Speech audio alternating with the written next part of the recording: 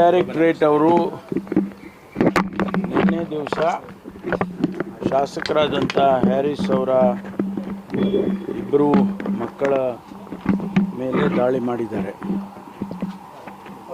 ಅದರ ಒಳಗಿನ ವಿಚಾರಗಳು ನಮಗೇನು ತಿಳಿದಿಲ್ಲ. ಅದು ತನಿಖೆ ಆದಮೇಲೆ ಇಡಿನವರು ಸ್ಟೇಟ್ಮೆಂಟ್ ಕೊಟ್ಟ ಮೇಲೆ ಯಾವ ವಿಷಯಕ್ಕೆ ಅವರು ದಾಳಿ ಮಾಡಿದ್ದಾರೆ ಮತ್ತು ಏನೆಲ್ಲ ಡೀಟೇಲ್ಸ್ ಅವರಿಗೆ ಸಿಕ್ಕಿದೆ ಅನ್ನೋದನ್ನು ಅವರೇ ಹೇಳಬೇಕು. ಸಾಮಾನ್ಯವಾಗಿ ಅವರು ಪ್ರೆಸ್ ನೋಟ್ ರಿಲೀಸ್ ಮಾಡ್ತಾರೆ, ಅಲ್ಲಿವರೆಗೂ ನಾವು ಕಾಯಬೇಕು. ಮಧ್ಯದಲ್ಲಿ ನಾವು ಏನಾದರೂ ಹೇಳಿಕೆಗಳು ಕೊಟ್ಟರೆ ಅದು ಅಪ್ರಸ್ತುತ ಆಗುತ್ತೆ. ನಾವು ರಾಜ್ಯದಲ್ಲಿ ಇದಕ್ಕಾಗಿ ಒಂದು SIT ಮಾಡಿತ್ತು. SIT ತನಿಖೆ ಮಾಡಿ ಸಂಪೂರ್ಣ ಕೊನೆಯ ಹಂತದಲ್ಲಿ ಇದೆ.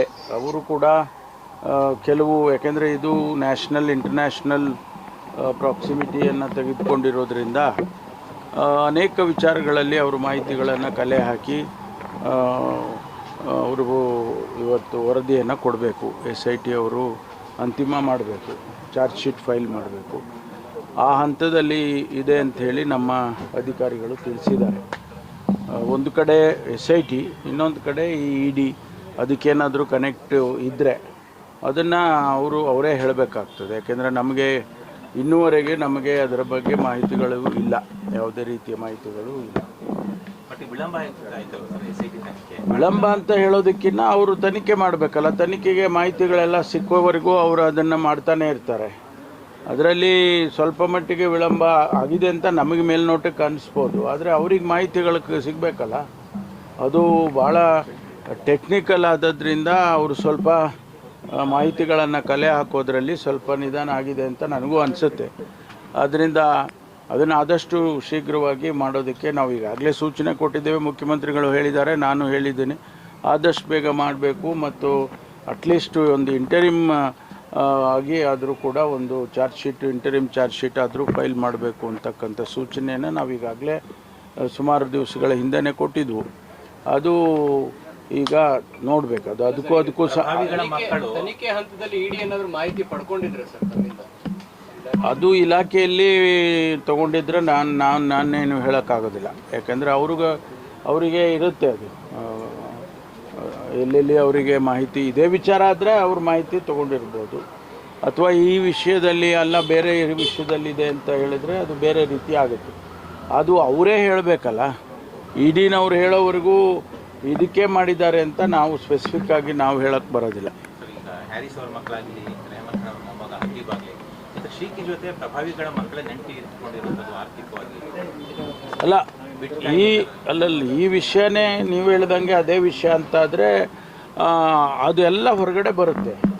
ಯಾರ್ಯಾರು ಕನೆಕ್ಟ್ ಇದ್ದರು, ಯಾರ್ಯಾರು ಸಂಪರ್ಕ ಇದ್ದರು, ಅವರ ಇನ್ವಾಲ್ವ್ಮೆಂಟ್ ಏನಿದೆ ಅದೆಲ್ಲ ಹೊರಗಡೆ ಬರುತ್ತೆ. ಬಿಜೆಪಿ ನಾಯಕರ ಹೆಸರುಗಳು ಕೂಡ ಕೇಳಿ ಬಂದಿತ್ತು ಸರ್. ತಾವು ವಿಪಕ್ಷದಲ್ಲಿರೋ ಸಂದರ್ಭದಲ್ಲಿ ಹೋರಾಟ ಎಲ್ಲ ಮಾಡಿದ್ರಿ, ಇದ್ರ ಬಗ್ಗೆ ಸುದ್ದಿಗೋಷ್ಠಿಗಳು ಮಾಡಿ ಬಿಜೆಪಿ ನಾಯಕರ ಇನ್ವಾಲ್ವ್ಮೆಂಟ್ ಇದೆ ಅಂತೆಲ್ಲ ಮಾತನಾಡಿದ್ರಿ. ಇದು ಸೆಲೆಕ್ಟಿವ್ ನಾವು ಅಥವಾ ಯಾರೇ ಮಾತಾಡಿದರೂ ಕೂಡ ಮಾತನಾಡೋದಕ್ಕೂ ತನಿಖೆಯಲ್ಲಿ ವಿಚಾರಗಳು ಆಚೆ ಬರೋದಕ್ಕೂ ಕೂಡ ಬೇರೆ ಬೇರೆ ಇರುತ್ತೆ. ಅನೇಕ ಸಂದರ್ಭದಲ್ಲಿ ನಾವುಗಳೆಲ್ಲ ಏನೇನೋ ಮಾತಾಡಿರ್ತೀವಿ, ರಾಜಕಾರಣವಾಗಿ ಮಾತಾಡಿರ್ತೀವಿ, ಆದರೆ ಅದು ತನಿಖೆಯಲ್ಲಿ ಬರಬೇಕಿಲ್ಲ. ತನಿಖೆಯಲ್ಲಿ ಒಂದು ವೇಳೆ BJP ನಾಯಕರದು ಅಥವಾ ಇನ್ಯಾರ್ದೋ ನಾಯಕರದು, ಕಾಂಗ್ರೆಸ್ನವ್ರದ್ದು, ಯಾರ್ದಾದ್ರೂ ಇರಲಿ, ಅದು ಆಚೆ ಬಂದಾಗ ಗೊತ್ತಾಗ್ತದೆ ನಮಗೆ. ವಿಳಂಬ ಆಯ್ತು ಅಂತಾನೆ ಹೇಳ್ತಿದ್ದಾರೆ ಸರ್. ಬಿಜೆಪಿ ಅವರು ಕೂಡ ಸವಾಲ್ ಆಗ್ತಿದ್ದಾರೆ. ಇಷ್ಟು ವರ್ಷ ಏನು ಮಾಡ್ತಿತ್ತು ಸರ್ಕಾರ? ಆಯ್ತು, ಈಗ ಅವ್ರು ಹೇಳೋ ಪ್ರಕಾರ ED ದಾಳಿ ಮಾಡಿದೆ, EDಗೆ ಮಾಹಿತಿ ಸಿಕ್ಕುತ್ತಲ್ವಾ. ಈಗ ಅದನ್ನು ಮತ್ತು ನಮ್ಮ SIT ವರದಿನೂ ಎಲ್ಲ ಒಟ್ಟೊಟ್ಟಿಗೆ ಆಗ್ತದೆ. ರಾಜಕೀಯ ಪ್ರೇರಿತ ದಾಳಿ ಅಂತ ಅನ್ಸುತ್ತೆ ಸರ್. ಪ್ರಿಯಾಂಕರ್ಗೆ ಆರೋಪ ಮಾಡಿದ್ದಾರೆ.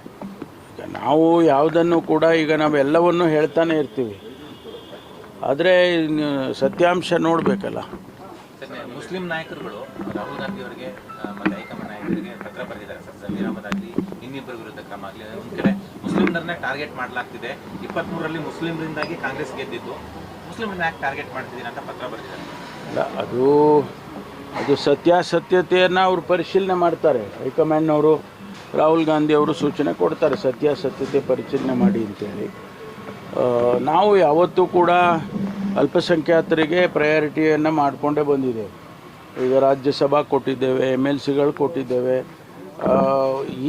ಈ ಒಂದು ಚುನಾವಣೆಯಲ್ಲಿ ಅವರು ಸಾಮಾನ್ಯವಾಗಿ ಕಾಂಗ್ರೆಸ್ ಪಕ್ಷದಲ್ಲಿ ಯಾರು ತೀರ್ಕೊಳ್ತಾರೆ ಅವರ ಕುಟುಂಬದವರಿಗೆ ಕೊಡ್ತಾರೆ, ಅದೊಂದು ಪದ್ಧತಿ. ಅದನ್ನು ಮಾಡಿ ಶಿವಶಂಕರಪ್ಪನವರು ತೀರ್ಕೊಂಡ್ರು ಅಂತೇಳಿ ಅವರ ಫ್ಯಾಮಿಲಿಗೆ ಕೊಟ್ಟಿದ್ದಾರೆ. ಅದನ್ನು ಬೇರೆ ಅರ್ಥೈಸ್ಕೊಳ್ಳೋದ್ರಲ್ಲಿ ಅವ್ರು ಕೇಳಿದ್ದು ತಪ್ಪು ಅಂತ ಹೇಳೋದಿಲ್ಲ. ಕೇಳಿದ್ದು ಹೆಚ್ಚಿಗೆ ಜನ ಇದ್ದೀವಿ, ವೋಟರ್ಸ್ ನಾವು ಜಾಸ್ತಿ ಇದ್ದೀವಿ ಕೊಡಿ ಅಂತ ಕೇಳಿದ್ದಾರೆ. ಆದರೆ ಕಾರಣಾಂತರದಿಂದ ನಾವು ಹೈಕಮಾಂಡ್ನವರು ಅವರಿಗೆ ಅವರ ಮನೆಯವರಿಗೆ ಕೊಟ್ಟಿರೋದ್ರಿಂದ ಅದನ್ನು ಬೇರೆ ಅರ್ಥೈಸ್ಕೊಳ್ಳೋದು ಸರಿ ಇಲ್ಲ.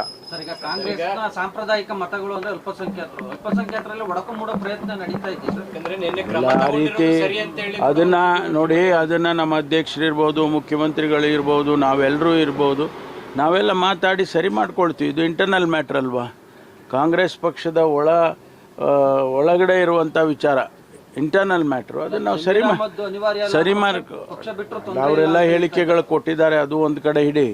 ಆದರೆ ನಾವು ಇದನ್ನೆಲ್ಲವನ್ನು ಕೂಡ ಸರಿ ಮಾಡ್ಕೊಳ್ತೀವಿ, ಏನು ತೊಂದರೆ ಇಲ್ಲ.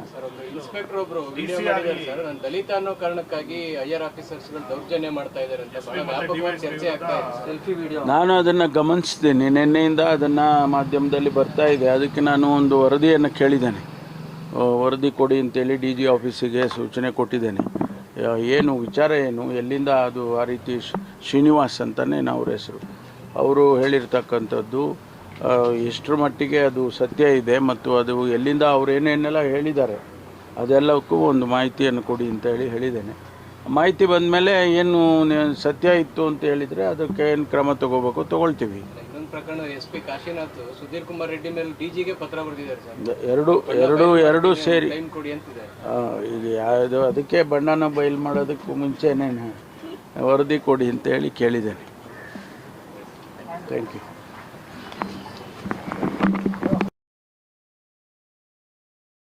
ಇನ್ನಷ್ಟು ಹೆಚ್ಚಿನ ಮಾಹಿತಿಗಾಗಿ ಫಾಲೋ ಮಾಡಿ ಬ್ರಿಗೇಡ್ ನ್ಯೂಸ್ ಕನ್ನಡ.